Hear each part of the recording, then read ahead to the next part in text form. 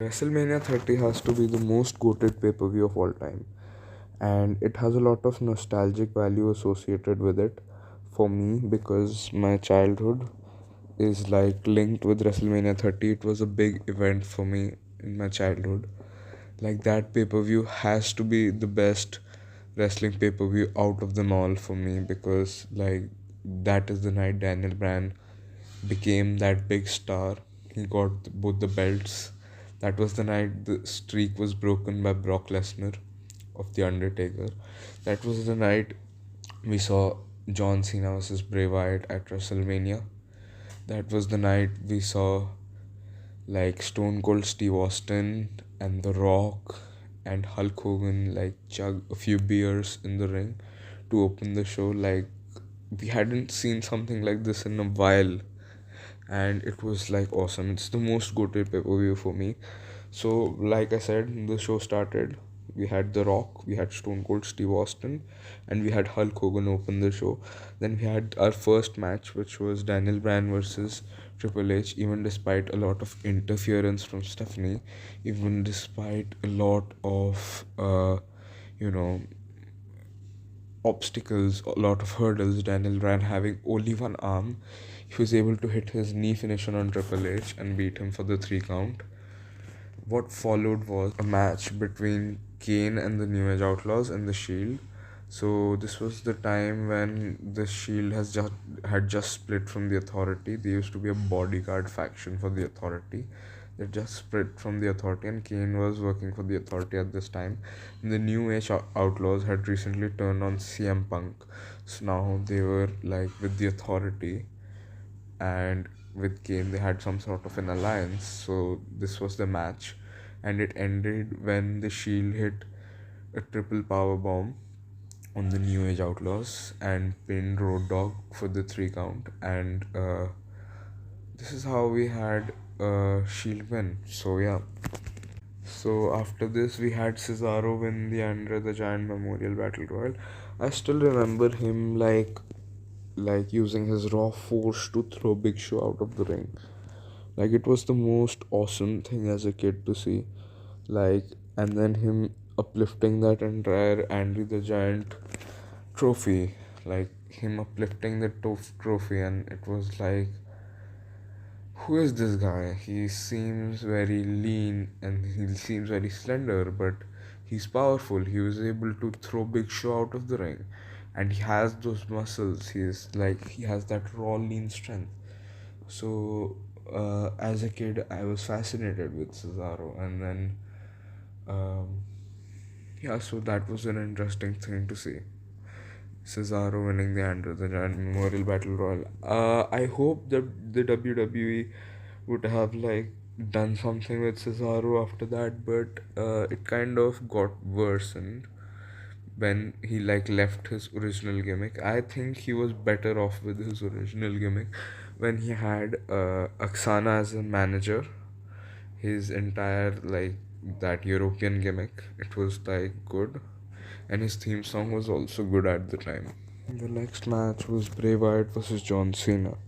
So throughout this match, Cena was getting booed, and we had chants of "He's got the whole world in his hands," and like we hoped that Bray Wyatt would win this one, but you know, John Cena must be Super Cena and go over the talent. You know, in 2000 and like 14 15, how John Cena was, he would like go over the talent. Like he did eventually pass on the torch to Bray Wyatt in a cinematic match, which was like a Firefly Funhouse match. But then why not initially you should but you should have like given new talent an opportunity. So it's okay, but things shit happens. So what can we say? But John Cena and Bray Wyatt like literally killed it in the ring. Like they had a really nice match. They the role the Wyatt family played in that match, it was awesome. I vaguely remember there was this scene in this match where Cena had the chair and Bray Wyatt was saying attack me and hit me, but then Cena chose not to and attacked Eric Rowan. So this was a Batman versus Joker kind of a match in which Cena was apparently Batman and Bray Wyatt was the Joker. Like you even see the entire match, it had lot of instances where it gave like Batman versus Joker vibes. So this was an interesting thing to see, and yeah, Bray Wyatt was an awesome wrestler. He was really creative, man, and we really miss him. But yeah, this was a nice match. So moving on to Taker versus Brock Lesnar. The next match was Taker versus Brock Lesnar, and the streak was on the line. So, three F5s later, Brock Lesnar pins The Undertaker and beats him, and the streak is over. And the way Paul Heyman sold it was just awesome, man. His facial expressions, saw the faces in the crowd. They were just as surprised as I was. Like I was losing my shit seeing The Undertaker lose. I didn't think it was possible. I thought he would at least for 3 more years he's going to keep his streak alive. But yeah, as a kid seeing The Undertaker lose like that, I lost my shit. But then I had hopes for the Daniel Bryan match. After seeing Undertaker lose, kind of I had thought maybe Daniel Bryan can also lose, but then I thought he might win. So I was sad, then I started thinking about the match with Daniel Bryan. So slightly before the main event, we had the Divas title match, and I vaguely remember this match, but not quite. I just remember this one instance where AJ Lee got the sleeper lock on Alicia Fox, and she tapped out. So yeah, that's all I have to say about this match. So let's move on to the main event. It was Daniel Bryan versus Batista versus Randy Orton. This was an iconic match.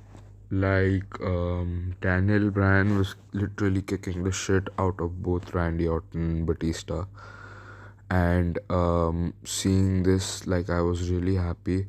But then Batista would give one or two Batista bombs in between, and I was like, fuck, this is over. But then he would kick out, and then there were spots in which there were missed RKOs, an RKO out of nowhere, and then that memorable spot where they did a combination move of the Batista bomb and the RKO.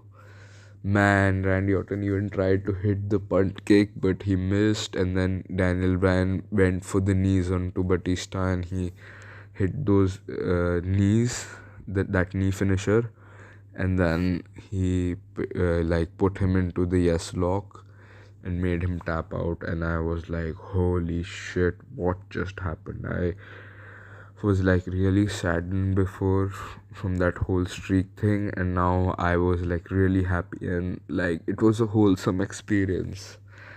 And I was in my drawing room, I remember I was doing yes, yes, yes when he won.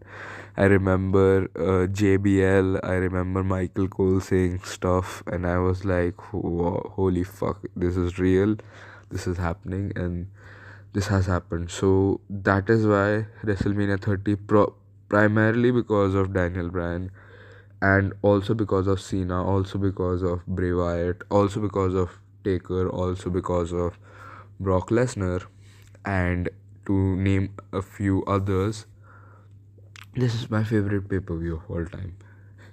And I really enjoyed this pay-per-view, and this is arched in my memory, bro. This was a really great pay-per-view. I remember I used to wait for WrestleMania. I used to set a reminder on my television. I used to set an alarm on my mobile phone, and once it started, I did not let anybody disturb me. I used to watch WrestleMania with so much of focus. I used to get popcorn or like some snack with me, and I used to keep it with me so that I don't have to get up to get some snack between the pay-per-view. I'll just sit through the pay-per-view.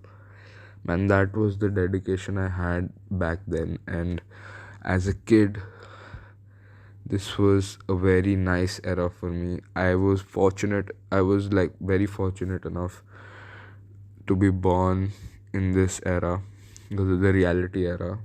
And 2000s wrestling was like goated, man.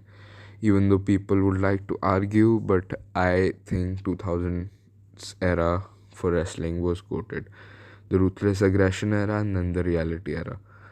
The PG era not so much, but the reality era just like got the PG era to a next level. Thanks for watching, guys. See you next time.